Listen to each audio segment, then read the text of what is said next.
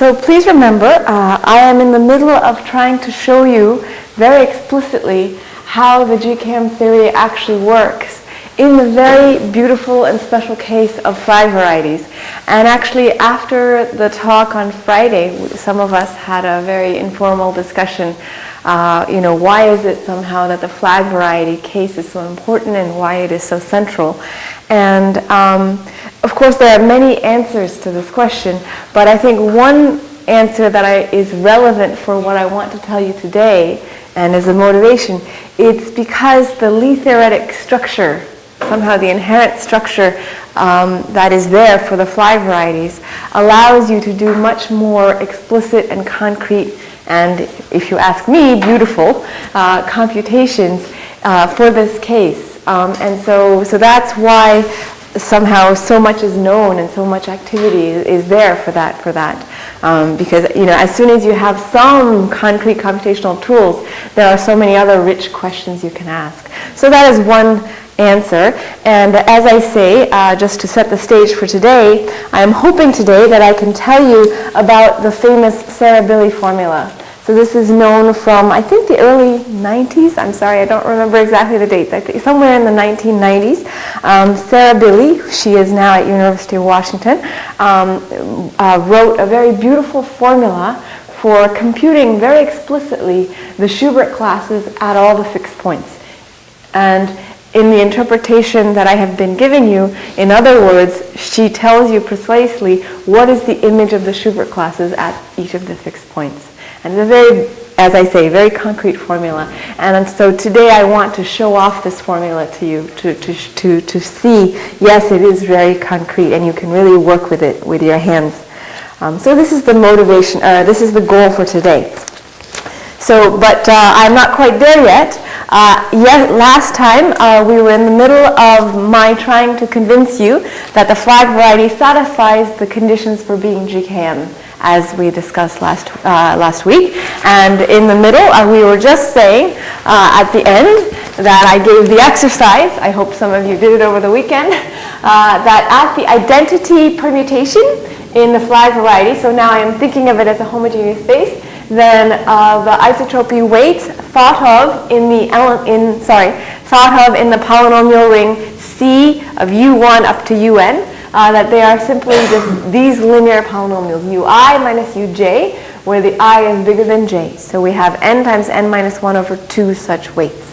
Okay? And here you can easily see, if I just look at two particular examples that are distinct, then you can just explicitly see in this ring, in the linear piece of this polynomial ring, they are linearly independent. Okay? So that was the condition. And here is a new comment, just at the other fixed points. Since we just have a homogeneous space, you just translate things around. So I don't say it more in detail, but just at the other fixed points. So if W is another permutation, which I can also think about as a permutation matrix inside of GLN of C, then you just push things around, yeah? So you have a conjugate and so on. So the tangent space should now be the conjugate of this lower triangular Lie algebra, which we discussed last time. A basis is given by just the conjugates of what we had before, and the weights are, so you can just compute this yourself, it's very simple. Instead of having ui minus uj, because of the conjugation, you should have w of I and w of j. So it's very simple. And again, it's easy to see these are also pairwise linearly independent. So I just want to say quickly, because there was a discussion last week, please note. Yes, sorry. The dimension of the original space. Yes. Is n times n minus 1 complex dimension. Complex n times n minus 1 over 2. Yes, exactly. Is there an easy way to see this from the definition? Well, I guess for me the easiest is, since it is a homogeneous space, I literally just mod out, and so the Lie. That's right. So it's just the Lie. So at the identity coset, it's just easy to see. It's the Lie algebra modulo the subalgebra. So then it is. So yes, that's right. Okay. All right. So I just want to say explicitly, because it came up in the discussion last week, please note that the dimension of the torus that is acting is n, but as we just said, the dimension of the space we are acting on is n times n minus 1 over 2, complex dimensional. So of course it is important to say pairwise linearly independent. Of course I cannot possibly ask the whole set of weights to be linearly independent, that there's not enough dimension. So it's very important to have the word pairwise. I just want to say that. So pairwise independent means there is no same, same multiple of, you have to exactly. do that, right? So each directions are all. Exactly. So I just want to say this one more time to emphasize.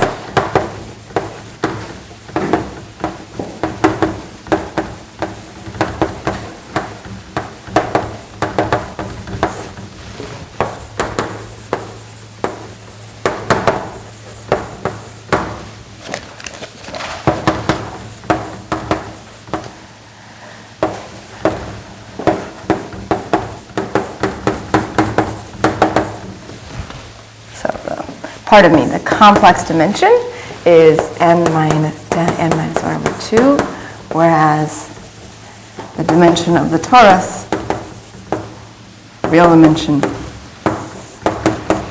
is only n. Okay. Now, so I told you already, today my goal is to show off this Serra-Billy formula for the Schubert classes in the GKM description. But before I do that, I should be honest. I should tell you exactly what the GKM graph is. So let me do that first. Okay? So now, with all this being said, I can now just tell you exactly what is the GKM graph. So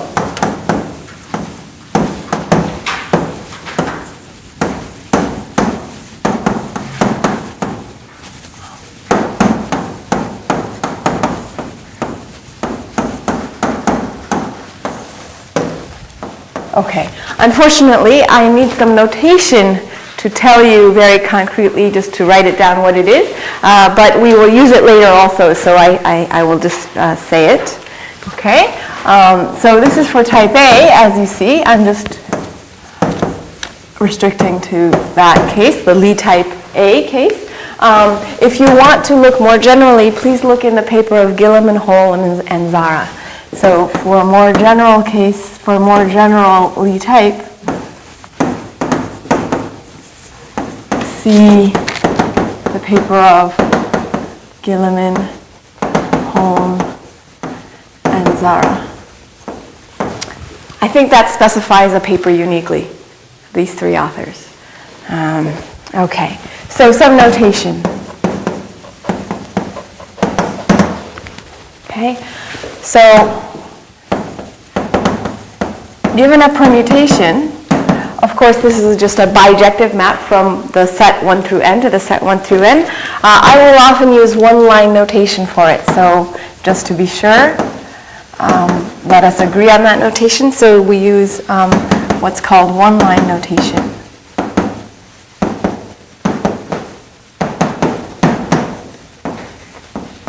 Okay, so what do I mean?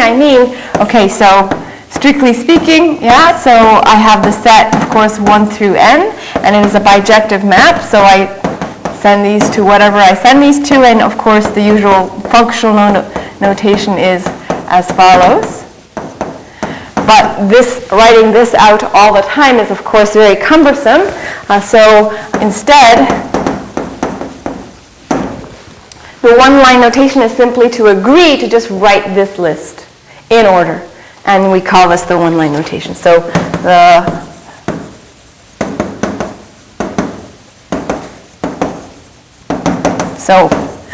I simply write W is, and then this list in order. Now, of course, this gets incredibly confusing because it conflicts with the cycle notation, which is also often used in elementary group theory. Yeah, so that's why I want to write it out so explicitly, just to make sure we understand the difference between these two very similar and often used notations. So, yeah, so just to be sure, so 1, 2, 3 goes to 2, 2, 1, 3 is 2, 1, 3, and that is not the same as the cycle notation. 2 goes to 1 goes to 3 goes to 2. It's not the same, okay? So not the same. So warning, not to be confused with cycle notation.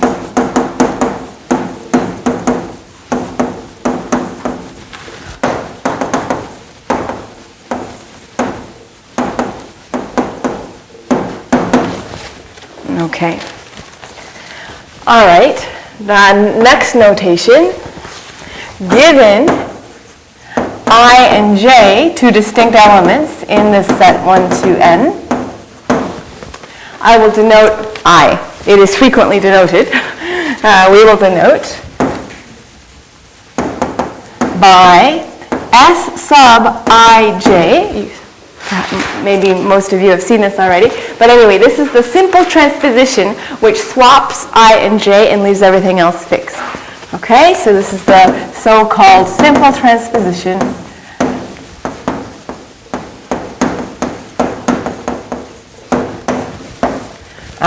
Swapping I and j only.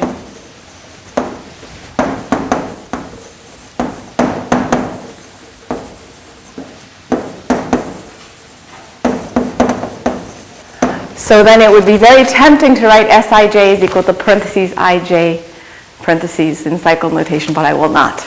Otherwise it's very confusing. Okay. Yeah? Very good. Okay, next. Also just standard notation. I'm sorry, please bear with me. Okay, given just a single I in 1 through n, it is also standard to denote by just Si, the simple transposition, which is S, oh, I'm sorry, I apologize, n minus 1 only, I apologize, I'm sorry. So it is often denoted Si, the simple transposition, Si, I plus 1.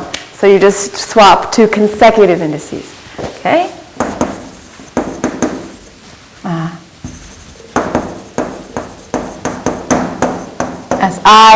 I plus 1. So of course it's only up to n minus 1.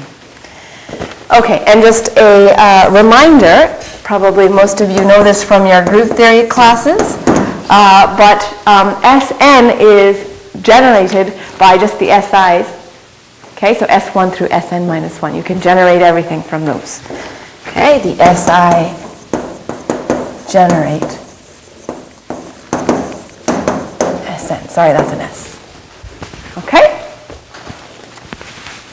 So the set of n minus 1 are a set of generators. Okay. All right. So I apologize. That was just notation. Now let me write for you the GKM graph. Okay, so I fix n. I guess it is fixed somehow throughout the discussion, but anyway. Okay, so the GKM graph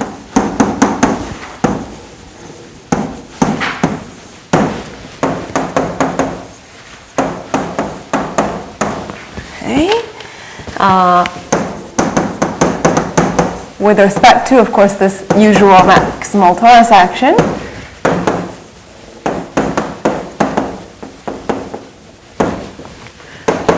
is given by, okay, so vertices, we already know, but let us write it again. So these are just the vowel group. They are you should think about them as those flags represented by permutation matrices. We spoke about this already. Okay, next. All right, so now for V and W in Sn, okay, there exists an edge between V and W, okay, precisely if V is equal to W times S sub ij for some simple transposition ij.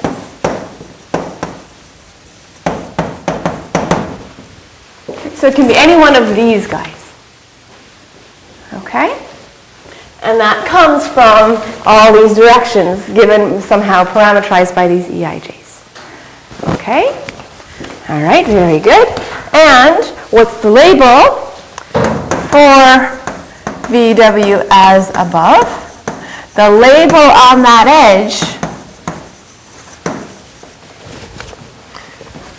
the label on the edge,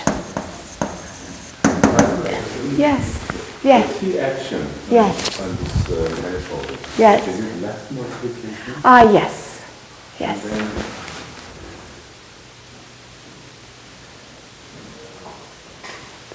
And then when you say n type or b type, this is this root system is the maximum torus action and conjugate. This comes with the conjugation maximum, isn't it? I'm sorry, what is the question? So I'm a bit confused. This T action here, the action, Yes. and the legal is left multiplication. Yes.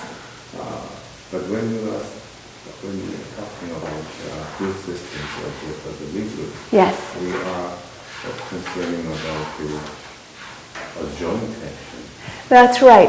And the reason the adjoint action comes up, even though you're right, the action is just left multiplication, so maybe you are concerned, where does the inverse come from? Maybe this is your concern. It's okay because, so it's because I'm looking at B cosets, and the torus is contained inside of B. So so what I always do is I rewrite, if I am acting T times something, then I have the T, but then I put in T inverse T, and this T is absorbed by the coset, and now I have T times something times T inverse. So I'm using the coset, and I'm using the fact that T is inside of B. And then you just rewrite, and I actually have the conjugation action. Is that okay? So that's right, and therefore all these they become sort of Lie theoretic actions. Is that okay? Very good. Okay, but it's important that the T is in the B. Otherwise, I can't do this kind of manipulation. Yeah.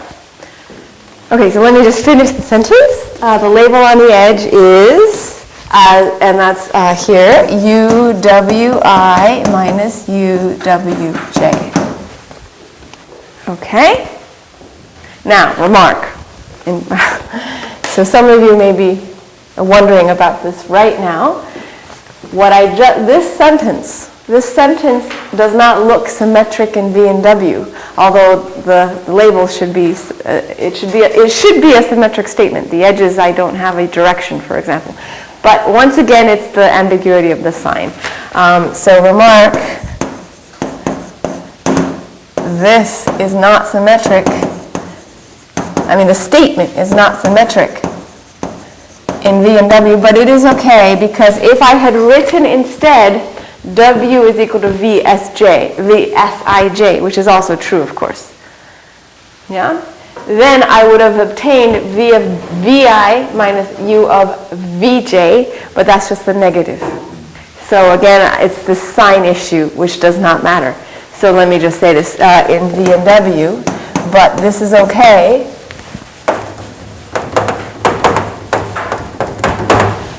If I wrote instead W is Vsj and U sub Vi minus U sub, Vj, precisely because of this relationship, it is very easy to see. You will just get that this is minus U of Wi minus U of Wj. And so it's the ambiguity of sign we agreed many times already, we don't care. So ambiguity of sign only up to plus minus. So we don't care. Okay, so I will not worry about this issue. Okay? All right. So precisely because of this, I don't care. Right? Yeah, because otherwise it'll be the same. I mean, what am I trying to say? If I can always choose it such that I is less than j. Yeah, does it make sense? Yeah? Okay.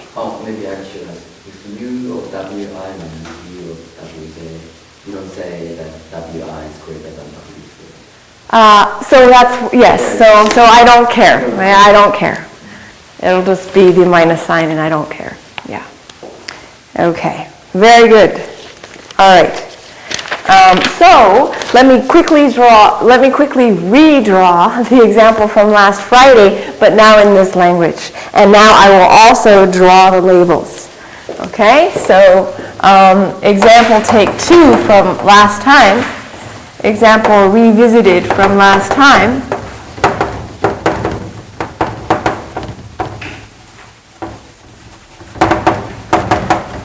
For the n is equal to 3. Now this time, so last time I tried to be careful with putting things in the 2-dimensional torus, but now I will do it in this language. And you will see this example again many times. Okay, so now I will actually draw this, okay? So 1, 2, 3, please, I'm using the 1-line notation. Okay, so 1, 2, 3 is the identity. 2, 1, 3 is S1. 1, 3, 2 is S2, etc. 3, 1, 2, 3, 2, 1, 2, 3, 1, and that's it for the vertices. Let me also draw for you some of the labels. U2 minus U3, U1 minus U3, and U1 minus U2. Parallel edges have the same label, so I will not label all of them for you because parallel edges have the same, and I have told you everything you need to know. So parallel edges have the same label. I'm sorry? Why parallel edges have the same label? Oh, I'm telling you as a fact. So if you look at how I have drawn this, then you will see, so I have arranged it, yes. I have arranged, okay, so let me do the following.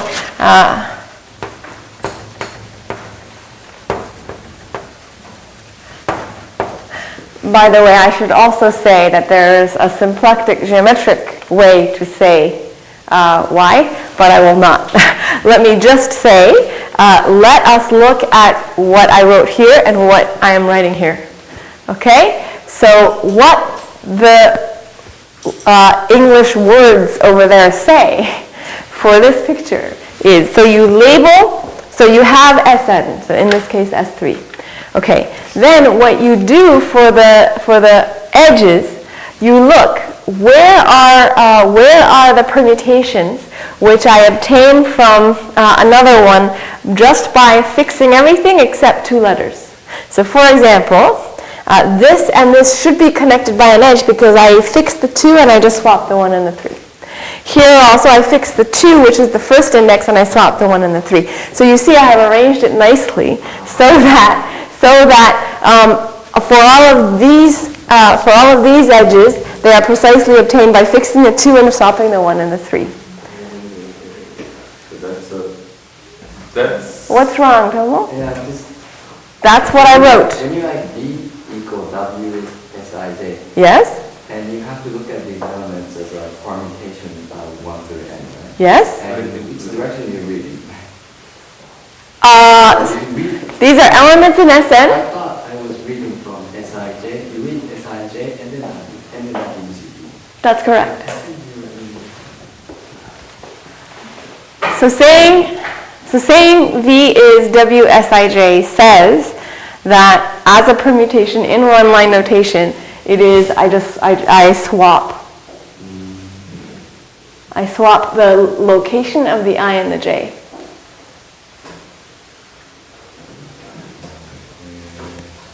so there was a sign that you have 2. Okay, all right, and the label is you just take those 2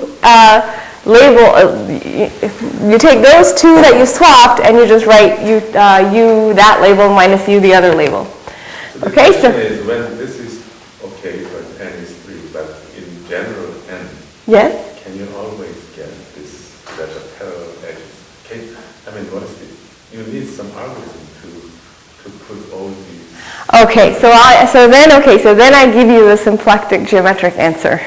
Okay, so the symplectic geometric answer is I just drew the image of the moment map, of the equivariant 1 skeleton. And if you just think about moment map theory, and if you just think about how it embeds your manifold into T star, then more or less by the definitions of and the properties of a torus moment map, you will see that, in fact, it will automatically be the case that these edges are aligned in the way that I have drawn. And that is just true in general. And the reason is, if you look at a T moment map near a fixed point, then for a T isotropy, so for a complex linear representation of the torus, its moment map exactly has the property that, so you send the T fixed point to wherever it goes, and then each one of these isotropy these one-dimensional representations, they will go to a ray in the dual of the Lie algebra of the torus, which is precisely parallel to that weight. That's just part of the definition of the moment map. And so if you look, so for each of these fixed points, automatically the moment map sends these one-dimensional representations to directions in the torus which are precisely aligned by the label of the weight. So there's nothing that you have to do. Somehow the torus moment map already does this for you. So you don't have, so you're right that in general it could be a subtle question, is it always possible combinatorially to arrange the graph so that what I drew is always true? And my answer is yes, and the moment map does it for you. Does it make sense? So the geometry does it for you, yes.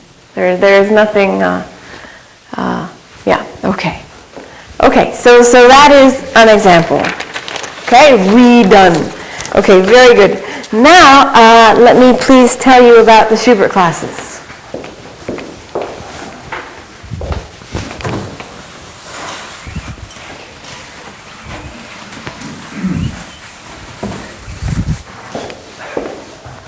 Okay, so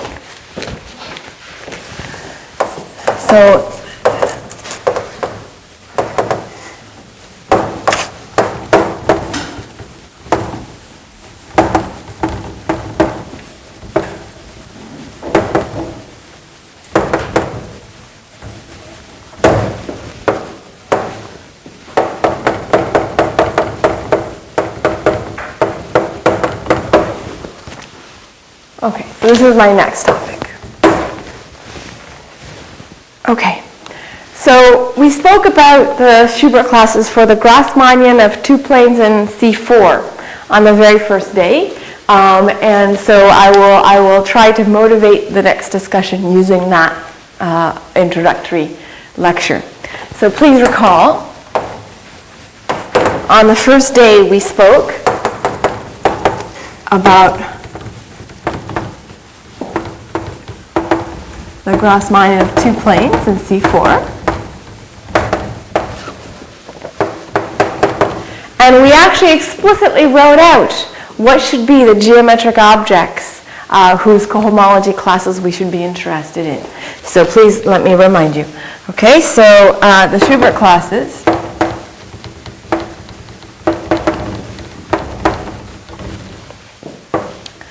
are the cohomology classes associated to the closures of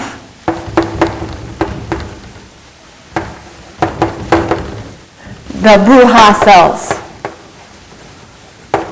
So I will remind you, I know it has been a long time already since last week, so I remind you what they look like.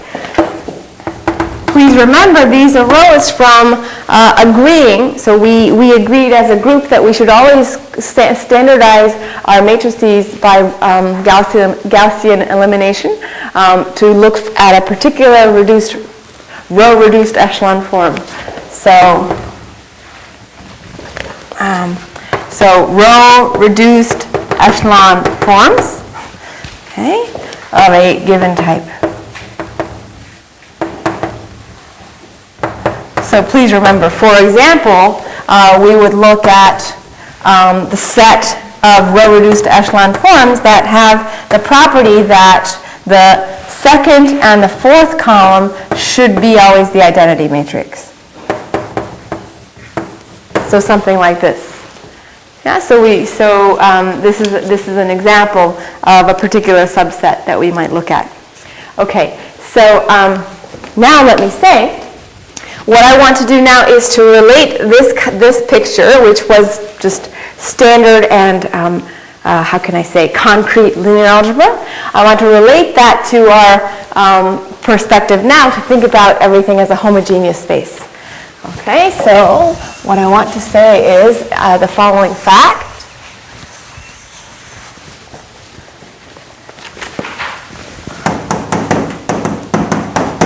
Okay, it's actually not at all hard to see. Again, it's just concrete linear algebra.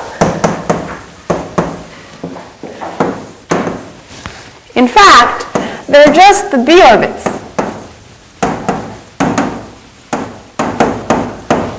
So, what do I mean by B orbits? I mean, we are looking at homogeneous spaces, G mod a subgroup. So it's just a coset space.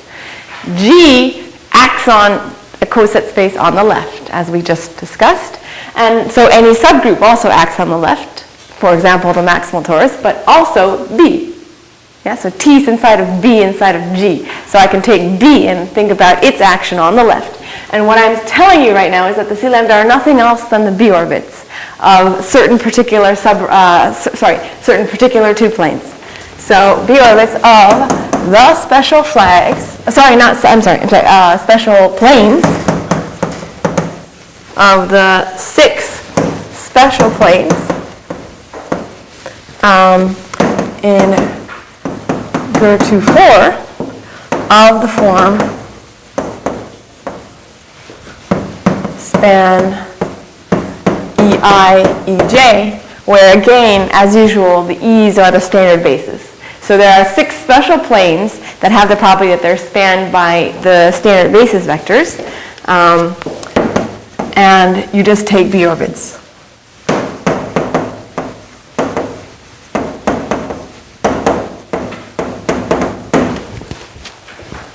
Okay, just to be completely sure that we all know what I'm talking about. So for example, E2, E4 would correspond to the 2 by 4 matrix 0, 1, 0, 0, 0, 0, 0, 1. Yeah, this is the correspondence. Okay, and then what I'm telling you is, so that's of course this one.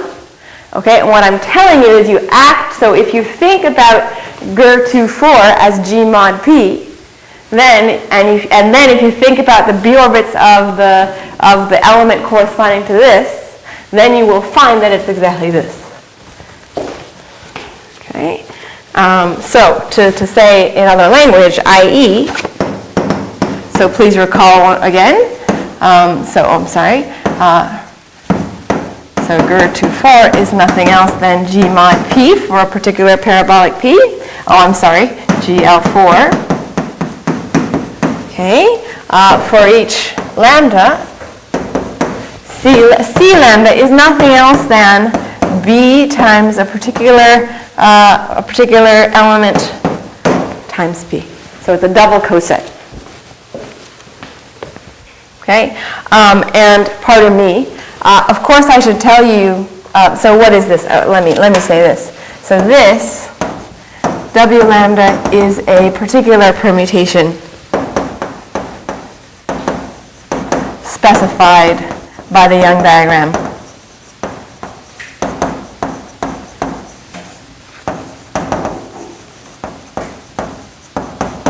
It's not difficult, but please, I think I will not do it right now. It's very concrete. I'm happy to do it, but it just takes some time, so I think I don't do it. Okay, so this is a general fact.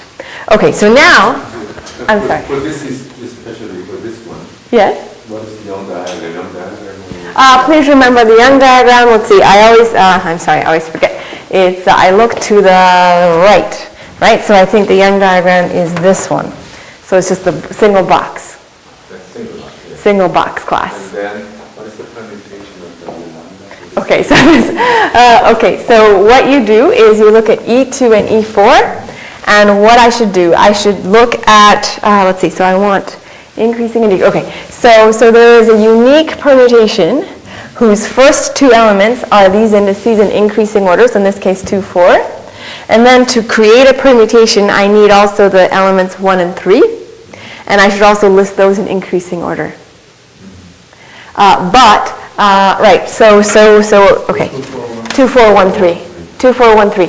In general, for the Grassmannian of k-planes in Cn, what I should do, I would have some list of basis elements I1 up to EIK and take their span. What I should do, I should list those indices in increasing order and then list the complement in increasing order.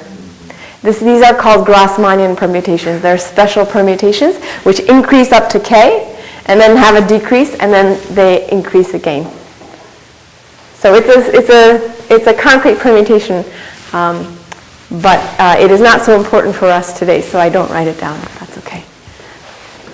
Okay, but it's a very okay. Let me just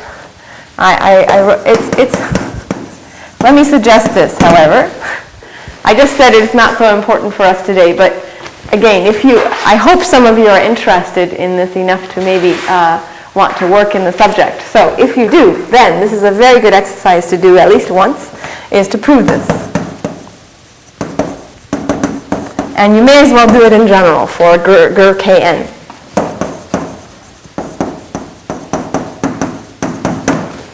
Okay? Okay, so hint. The linear algebra can get confusing if you just do it the wrong way, of course. So let me just give the hint so that you pose the question in the right way. So the hint is you should take the transpose of this 2 by 4, take the transpose matrix,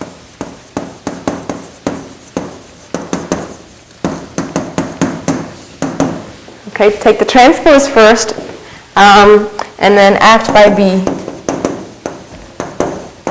Okay, but once you act by B, you should standardize again back to the row-reduced echelon form. And then use P to put the result back in row-reduced echelon form.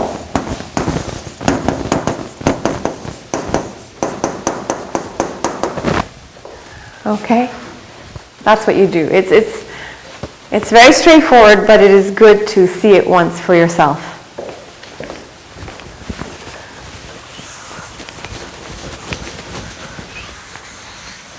2 by 4 matrix is this one? Yes, so this one. So what I claim is, yeah, so let's see. So if I give you this, yeah, if I give you something that looks like this, then you give me, then what we agreed the first day is to think about this matrix. And then to think about, for the Brujas cell, to think about those things that I can get from it by putting in these parameters. And so what I'm asking you to show is that it's exactly corresponding to the B orbit, so then I have to tell you how to find this correspondence.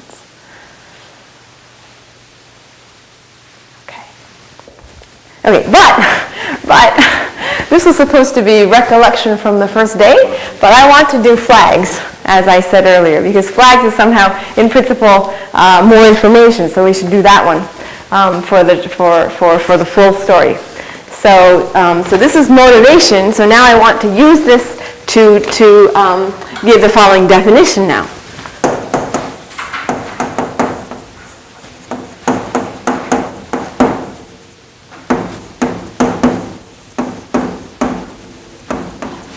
Okay, so now, given W in Sn, okay, the Brujas cell, okay, CW, is, so I will define it to be, is by definition the double coset, BWB, which I'm thinking of in here. Okay, so it's the double coset. All right, very good. Okay, so example. Now it will look a little bit different from the Grassmannian 2,4 case. The example should be, so in the case flags C3, once again, for example, here I would have 3, 1, 2, the permutation matrix for 3, 1, 2, and then I would have the Bruja cell like this. Okay, this is C3, 1, 2. Okay?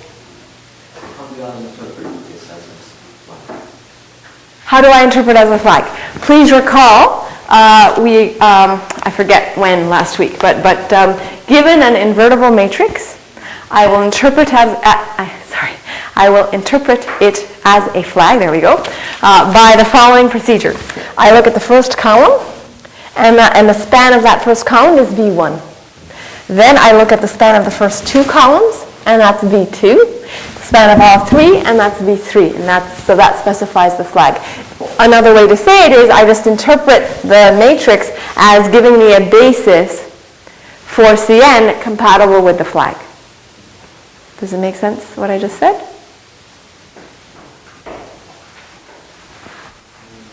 No. The question was wrong, right? The question was wrong. I can't help that to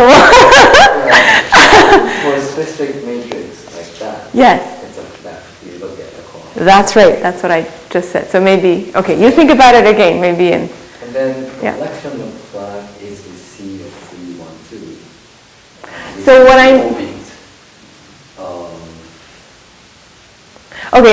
okay, so this notation is ambiguous, so let me say in English what I mean, yeah? So when I say star, star, I mean these are free parameters, yeah? So when I write this, what I mean is the set of those flags represent, okay, so to be totally pedantic, but precise, this is what I mean, yeah? So take this element in GLN of 3, look at its coset in GLN of C mod B, and I'm looking at the set of such for all A, B, and C. No condition whatsoever. That's the set I look at, and I say that this is C312. And the C312 is this BW. I claim it is BWB for W precisely this permutation matrix. Oh, I see. The reason why I'm confused is you define the C element in Grassmannian. Yes. But you haven't defined C like you define in Grassmannian. Ah, okay. This is always a confusing point in Schubert calculus, so let me say in English. Okay. For the Grassmannians, the fixed points are parameterized by Young diagrams. Okay, and from a Young diagram, I give you a particular permutation that you can associate to it if you like, when it's convenient. Okay, but the most natural way to parameterize them is by the actual Young diagrams, these lists of boxes. Whereas for the flag variety, the fixed points are just all the permutations. Right? So I should have as many Bruja cells as I have permutations. Whereas for the Grassmannian, I should have one Bruja cell for every Young diagram. So that's why on the one hand I label them as C sub lambda, lambda is a Young diagram, and for these guys I label them as C sub W, W is a permutation. Maybe that was not your question. That was not your question. My question more precisely. C lambda was defined using the rank condition of subspaces. That's C lambda. Yes, but it's equivalent to saying that it's the Borel, it's the Borel orbit. That's equivalent. And that's this fact. And now for the flags, I just say, I'm sorry. So I apologize. I'm trying to understand this set C312 yes? as a rank condition on the collection. You can. You can. I haven't done it for you, but it's perfectly, I can, but I will not. Yeah, and I don't need to do it, right? Not today. Not today, okay. I thought I had to look at that as well, I mean, who am I to tell you what you need to do? But you haven't done it, right? I have not done it. It is possible. I will not do it. All right. Okay. When you discussed Grassmannian, yes. there was no groove action. I'm sorry? There was no groove action when you discussed Grassmannian, right? Okay. I guess in our discussion in the first day, I did not discuss the group action. What is the groove action here? So there's no problem. Also, you always have the T action. T2 action. Always, yes. And then you have how many? So you have 6. No, what's the Young diagram? There are how many diagrams are there? 6. 6. So there are 6 fixed points. Yes. Okay. So the Bruja cells always correspond to the fixed points of the. For the maximal torus action. Oh yes, this is always how it works for flag varieties. Yes, yes. But in the first, I'm sorry, it's so confusing. I try to do my best, but of course it's always confusing. On the first day, I focus on ordinary cohomology, not equivariant. So I did not discuss the action on the Grassmannian, but it is there in the background. But we didn't talk about it the first day. Similar arguments also. Absolutely. Oh, absolutely. Yes. Yes. Yeah, so somehow when you look at that diagram with stars, star 1, 0, 2, Yes. the torus action, right?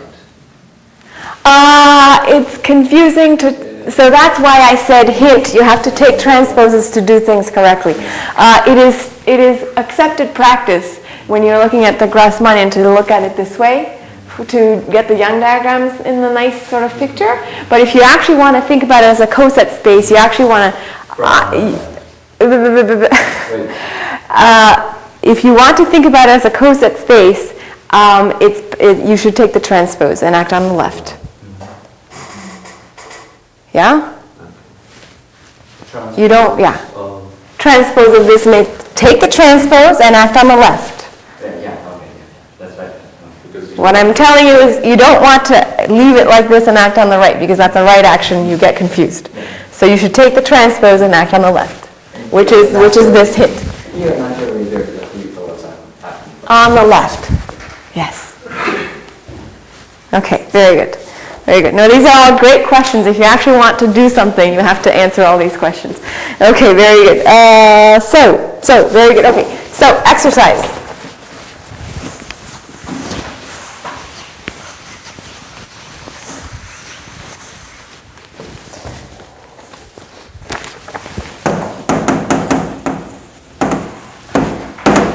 One. Okay, so for flag C3, that's S3. There are 6 elements in S3, so there should be 6 Bruja cells. First exercise, write them all out in this form. Yeah?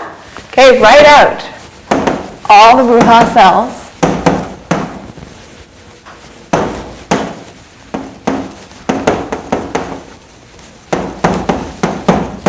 for flag C3.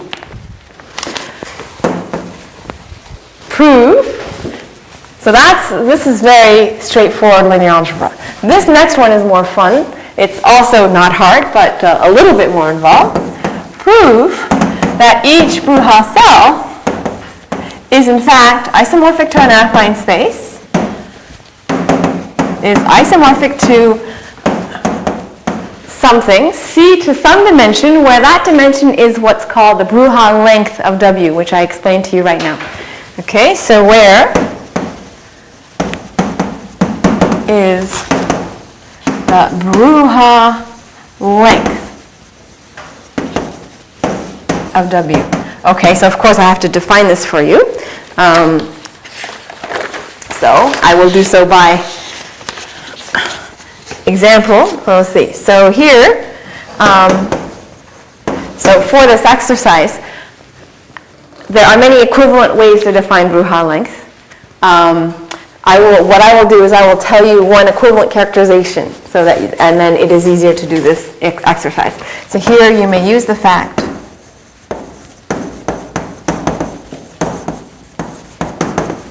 that LW is given by the number of, you count the number of inversions in the one-line notation of W. So of course I have to tell you what that is. I will. Okay, in the one-line notation.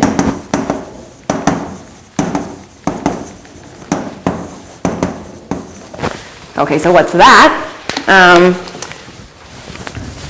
It's this.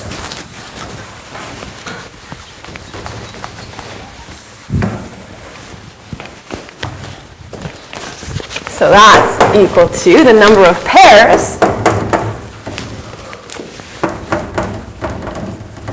I less than j, where if I look along what am I trying to say? If I look along the one-line notation, Wi is bigger than Wj. Okay, so there's nothing better than an example to say what this all means. So let's do W is, for example, 2, 3, 1. Okay, all right. In that example, and so here, this has inversions. Oh, we can do an example. I guess we could do 3, 1, 2. Oh, okay, you want to do 3, 1, 2. Okay, fine. 3, 1, 2, fair enough.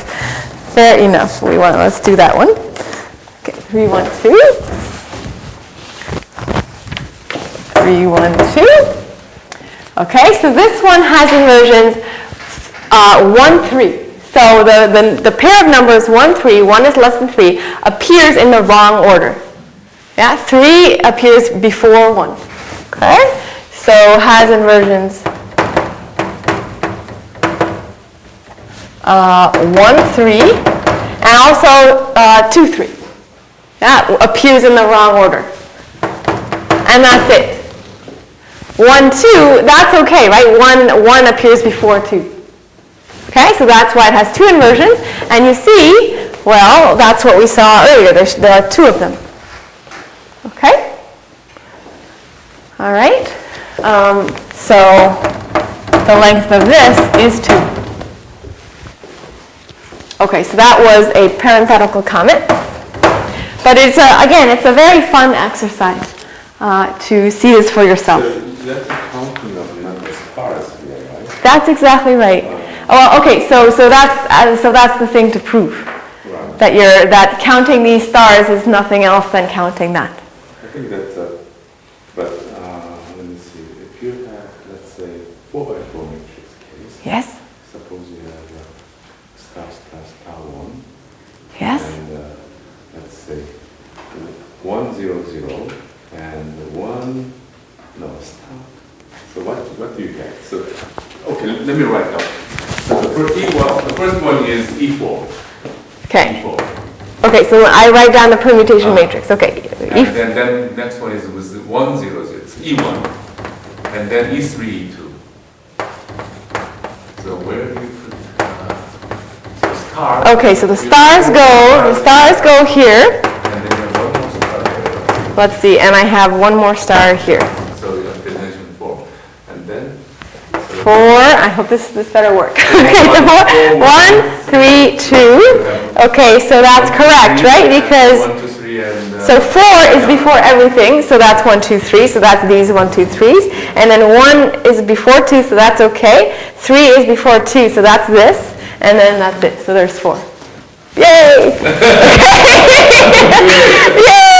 Okay, there you go. Okay. Any matrix by multiplying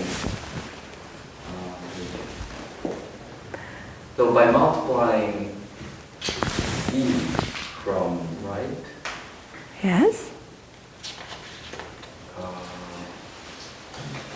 what does it mean to the combination? So this, I'm looking at this BWB, and then I want to get why we need to put the stars. I think it's I'm not sure what you mean, but let me see if I can answer. I mean, I'm saying this notation, So he says you have that- to look at it in so proportion. Like 0, 0, 1, 1, 0, 0, and 0, 1, 0. This matrix, and then you conjugate this with B, multiply B, WB. B on the right and Y this star only appears. Okay, the linear algebra. If I multiply on the left by an upper triangular matrix, that exactly means that I'm allowed to take the rows and add up. That's exactly what it means to multiply by an upper triangular matrix. So that's why I get, so if I have a 1 here, then by adding up, I can get anything I like here by taking linear combinations. And so I also get this, but this guy I can clear by working, multiplying on the right by upper triangular. And so because multiplying on the right by upper triangular means I can add columns to the right. So I can clear this one always. And we agreed already that we always clear as much as possible using the B. So this is what you get. Because these I cannot clear by adding to this way. Okay, Tomo, this is the kind of thing where you go quietly to a room and, yeah. Okay? Well, I should ask, what is this bracket means? Bracket means, which bracket? I have 3 of them. The outer bracket. Outer bracket. I mean the set of, I literally mean this is a sub, okay, here's a matrix, this is an element G. This bracket means I look at the coset in G mod V. This bracket means I look at a set of elements in G mod V. So this is a subspace of flex. This is a subset of G mod V. So that's a cell. It's a cell decomposition. It's an even dimensional cell decomposition. I didn't say that, I didn't claim that, but it's true. If you so you start with a permutation matrix, right? Yes. And then you look at the orbit by the right B action. Yeah, by the left B action. Oh, I think you're doing wrong order, no? This bracket is you're looking at the orbit. Oh, I'm sorry. The coset, yeah, okay, I'm looking at the coset, WB. So when you multiply upper triangular matrix to permutation matrix, yes. Is that what you get? Is this what I get? I mean, what do you get, right? You can add things to the...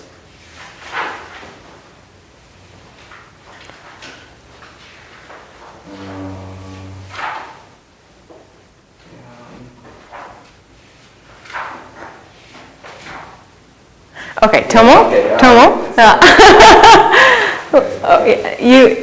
You have to convince yourself at some point. No, it's not that. I just don't understand the notation. That's what I'm saying. Notation? Yeah. Okay, maybe we work it out together. Okay, good. All right, so, all right, so that was the end of the exercises. Let me now make a definition. Okay, now we define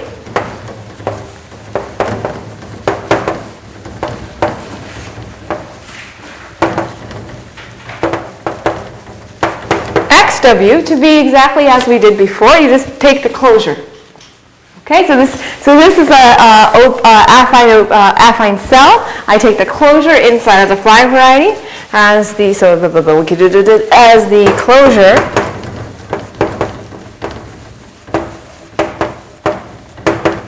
in there. Okay, so there's a comment I must make here, which is, what do I mean by closure? So, strictly speaking, I should say the Zariski closure, but in fact, in this setting, things are so nice, it's actually the same as the usual analytic closure, and the usual closure in the classical topology. So they coincide. So I should just say that. So here, actually, Zariski closure is the usual classical closure, is equals the closure in classical topology. So there's no ambiguity, it's the same.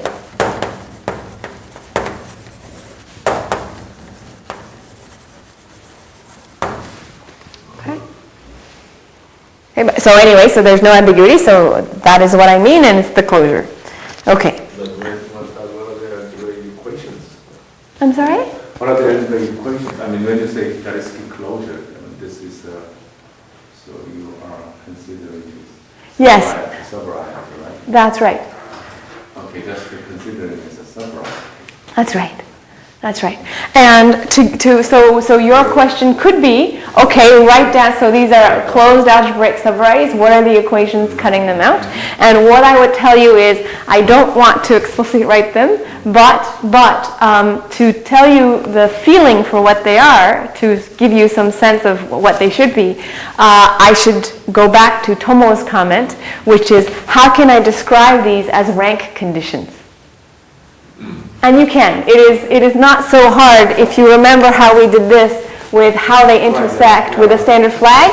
Also for this, you can describe them, it's not difficult, as certain ways that they intersect with the standard flag. And then, so that would be a less, so that would be that the dimensions have to be certain, equal. And then you take the closure, you take less than or equal. And so then it becomes certain conditions on determinants and so on. So it's not difficult, yeah, but I don't want to write it down right now, yeah? Okay, so but it's not difficult. Okay, very good.